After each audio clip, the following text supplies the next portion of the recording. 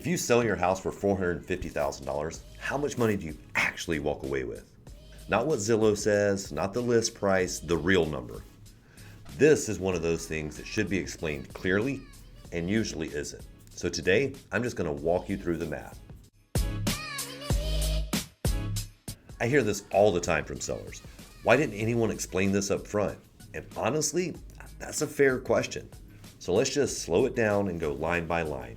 No sales pitch, no scare tactics, just real numbers. Let's say your home sells for $450,000. That's the headline number. That is not what hits your bank account. Sales price and take-home money are not the same thing. So let's address the elephant in the room first, compensation. In a lot of transactions, total commission ends up being around 6%, though it is always negotiable. That 6% is usually split between the agent representing the seller and the agent representing the buyer.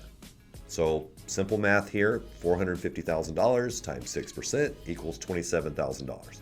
So right off the top, you're at 27 grand. And I do want to be very clear about something right here. There is no law, no rule, no requirement that says that a seller has to pay this. Technically, you are paying your agent. In practice, most sellers do choose to pay both sides because it typically brings more buyers and stronger offers. Commission isn't mandatory, it's strategic. This next one surprises people more than almost anything else. In Washington State, sellers pay an excise tax when they sell. And depending on the price and location, it's roughly 1.28%. So the math on that, $450,000 times 1.28% is approximately $5,760.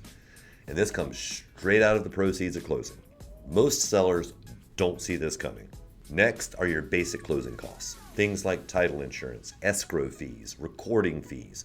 On a sale like this, that's usually around $2,000 to $3,000. So let's just call that one $2,500. Now let's talk real life. A lot of transactions include things like buyer closing cost credits, repair credits, after the inspection, small price adjustments. Sometimes it's zero, sometimes it's more, but let's just use a kind of a conservative number here and call it $5 grand. This number depends on the deal, but it is common. Before your home even hits the market, many sellers spend some money. Cleaning, minor repairs, landscaping, staging, that kind of stuff.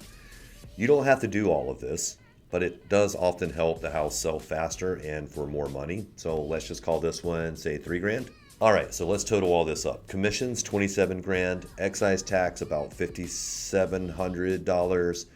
Closing costs, $2,500. Concessions, $5 grand. Prep cost, about $3 grand.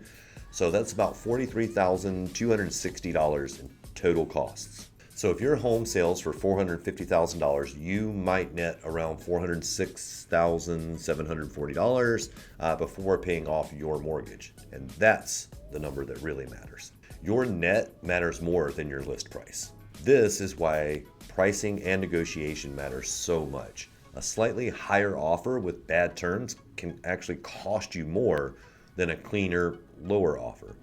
And this is also why I believe sellers deserve clear expectations up front. No surprises at the closing table. If you're thinking about selling in the next 6 to 12 months, this video isn't meant to scare you. It's meant to help you plan. And good decisions are a lot easier when you actually understand the numbers. If you ever want a personalized breakdown based on your house and your situation, that's a pretty easy conversation. No pressure, no obligation. And if this was helpful, feel free to like or subscribe.